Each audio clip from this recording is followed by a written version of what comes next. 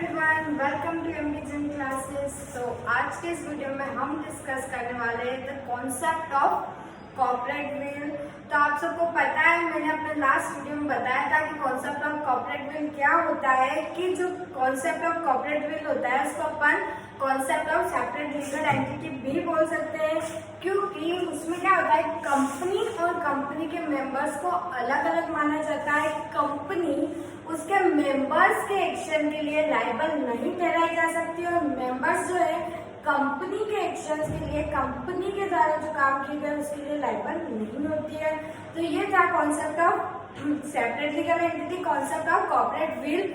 इसका सबसे popular case है आज जो हम डिस्कस करने वाले हैं, जो किसके बीच में हुआ था, जो हुआ था Salomon versus Salomon and company. तो ये जो है बहुत इम्पोर्टेंट केस है, सबसे इम्पोर्टेंट केस है कॉन्सेप्ट ऑफ कॉर्पोरेट विल का। तो आइए चलो देख लेते हैं क्या होता है इस केस में। सबसे पहले एक सैलोमन नाम का, कौन होता है, एलन सैलोमन नाम का एक बंदा होता है जिसका एक शू का बिजनेस होता है, जो किसकी फॉर्म में होता है, प्रोप्राइटरशिप की फॉर्म में होता है। तो एलन सैलोमन नाम का एक पर्सन होता है जिसका एक शू का बिजनेस होता है, जो प्रोप्राइटरशिप फर्म की फॉर्म में होता है।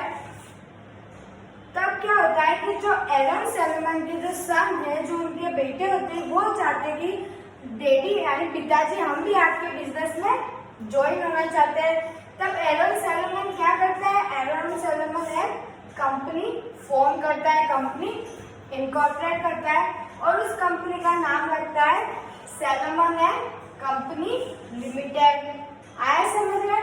पहले उसका शू का बिजनेस होता है प्रोप्राइटरशिप फॉर्म में, फिर जब उसके बेटों भी उनके बिजनेस में ज्वाइन होना चाहते हैं तब क्या करते हैं, वो एक कंपनी इनकॉर्पोरेट करता है एलन सैलोमन और उसका नाम रहता है सैलोमन एंड कंपनी लिमिटेड।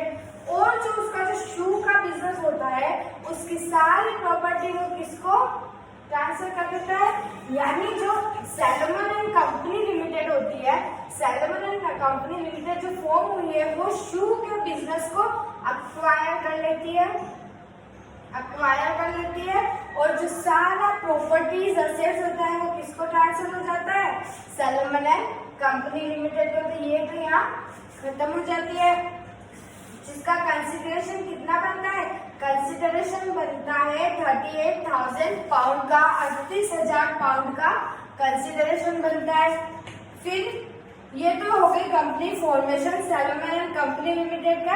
आइए चलो देख लेते हैं इसके मेंबर्स कौन होते हैं, इसके शेयर होल्डिंग किसकी होती है। तो इसकी जो शेयर होल्डिंग्स होती है, जो सबसे ज्यादा मैक्सिमम शेयर्स कौन होल्ड करता है, वो भी एलन सैलोमन ही करता है।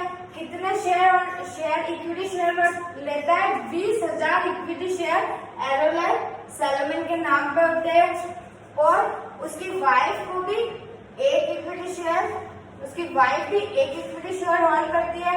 उसकी जो टोटल होती है उसको भी एक इक्विटी शेयर दिया जाता है तथा उसके जो 4 बेटे होते हैं उन सभी को एक एक इक्विटी शेयर दिया जाता है। यानी जो मैक्सिमम शेयर होल्डिंग किसके पास होती है, मैक्सिमम शेयर होल्डिंग्स होती है एलन सैलोमन के नाम, और उसकी वाइफ को एक दे दिया जाता है, डॉटर को एक दे दिया जाता है और 4 सन को एक दे दिया जाता है। ये तो हो गई मेंबरशिप और शेयर होल्डिंग की बात। अब देखते हैं डायरेक्टर कौन होता है, इस कंपनी का डायरेक्टर कौन कौन बनते हैं। जिसका सबसे जो डायरेक्टर होता है वो भी मेन डायरेक्टर भी एलन सैलोमन ही बनता है, यानी सब मेजोरिटी होल्डिंग वो अपने हाथ में ही रखता है। एलन सैलोमन ही इसका डायरेक्टर बनता है और एक डायरेक्टर कौन बनता है, सन। एक डायरेक्टर उसके बेटे को बना देता है और एक डायरेक्टर खुद बन जाता है। तो उसके पास क्या हो गए, उसके पास 20,000 की इक्विटी शेयर हो गए और डायरेक्टरशिप भी हो गई। अब देखते हैं क्रेडिटर्स, उस कंपनी के क्रेडिटर्स। कंपनी फॉर्म करने के लिए पैसे की आवश्यकता होती है, फाइनेंशियल रिक्वायरमेंट होती है, तो उसके क्रेडिटर्स कौन बनता है, उसका क्रेडिटर भी कौन बनता है, एलन सैलोमन ही बनता है, जो क्या करता है, डिबेंचर खरीदता है, कंपनी के डिबेंचर खरीदता है इन कंसिडरेशन ऑफ 10,000 पाउंड्स में। 10,000 पाउंड्स के वो कंपनी के डिबेंचर खरीदता है और इस डिबेंचर को कंपनी की जो असेट्स होती है वो भी चार्ज होती है, यानी ये एक सिक्योर्ड डिबेंचर होता है, सिक्योर्ड क्रेडिटर्स होते हैं। अगर कंपनी पैसा नहीं दे सकती है फ्यूचर में तो वो कंपनी के एसेट्स को भी एक्वायर कर सकता है। तो यहाँ तक अभी तक हमने पढ़ा कि सैलोमन का एक शू का बिजनेस होता है। जब उसके बेटे चाहते हैं कि वो भी उसके बिजनेस में ज्वाइन हो जाए तो वो क्या करता है, एक कंपनी इनकॉर्पोरेट करता है जिसका नाम रखता है सैलोमन एंड कंपनी लिमिटेड, जिसके मेंबरशिप में भी एरन सैलोमन जो कि 20,000 इक्विटी शेयर होल्ड करता है। उसकी वाइफ डॉटर जो 4 सन होते हैं, डायरेक्टर भी एरन सैलोमन और उसका बेटा होता है। क्रेडिटर्स कौन होता है, क्रेडिटर्स एरन सैलोमन होता है जो कि एक सिक्योर्ड क्रेडिटर्स होता है जो डिबेंचर होल्ड करता है 10,000 पाउंड देके। आ गया समझ में?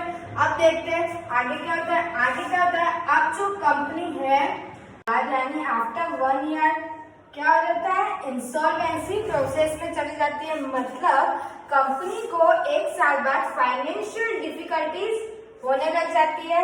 जब तक वो प्रोप्राइटरशिप फर्म थी तब तो अच्छी खासी सॉल्वेंट फर्म थी, लेकिन जैसे वो कंपनी बनी उसके 1 साल बाद आफ्टर 1 ईयर को फाइनेंशियल क्राइसिस होने लग जाता है और कंपनी क्या चली जाती है, कंपनी इंसॉल्वेंसी प्रोसेस में चली जाती है। जब उसका असेट्स का वैल्यूएशन किया जाता है तो उसकी असेट्स की टोटल वैल्यू क्या रहती है, 6,000 पाउंड यानी 6,000 पाउंड की उसकी असेट्स वैल्यू होती है, लेकिन उसकी लायबिलिटीज जो है वो कितनी होती है, वो होती है 16,000 पाउंड, यानी यहाँ लायबिलिटीज ज्यादा है और असेट्स कम है।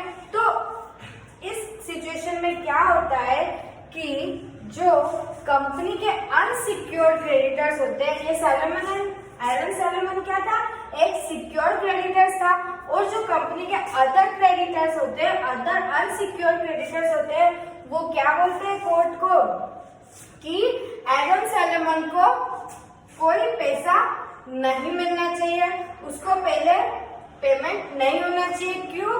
क्योंकि कंपनी का नाम क्या है, सैलोमन एंड सैलोमन कंपनी का जो सबसे ज्यादा मेंबरशिप भी एरन सैलोमन के पास है, डायरेक्टरशिप भी एरन सैलोमन के पास है, और जो सिक्योर क्रेडिटर्स भी एरन सैलोमन ही है। तो कंपनी और उन अदर जो क्रेडिटर्स थे उन्होंने क्या बोला कि सैलोमन और सैलोमन एंड कंपनी लिमिटेड अलग नहीं है, दोनों एक ही मानी जाएगी, वो उसी का मेंबर है, उसी ने बनाई है। तब कोर्ट का क्या डिसीजन आता है, तब कोर्ट ये बोलता है कि जो कंपनी होती है, यानी जो कंपनी होती है और उसके मेंबर्स होते हैं, वो दोनों जैसे ही कंपनी लीगल फॉर्म होती है, इनकॉर्पोरेट होती है, तो उसके मेंबर्स और कंपनी अलग अलग हो जाती है। तो यहाँ कोर्ट ने डिसीजन लिया कि सैलोमन एंड कंपनी लिमिटेड और एरन सैलोमन दोनों अलग अलग है, और जैसे भी कंपनी लिक्विडेशन प्रोसेस में जाती है तो सबसे पहले सिक्योर डिबेंचर होल्डर का पेमेंट होता है। तो यहाँ किसको पेमेंट किया जाएगा, एरन सैलोमन को पेमेंट किया जाएगा। जो इश्यू अदर क्रेडिटर्स ने रखा था उसको वॉइड कर दिया गया और सबसे पहला पेमेंट एरन सैलोमन को हुआ। तो आपको, मुझे पता है आपको अच्छी तरह से समझ में आ गया है, मैंने हर चीज डिटेल में एक्सप्लेन की है, तो आप इसको नोट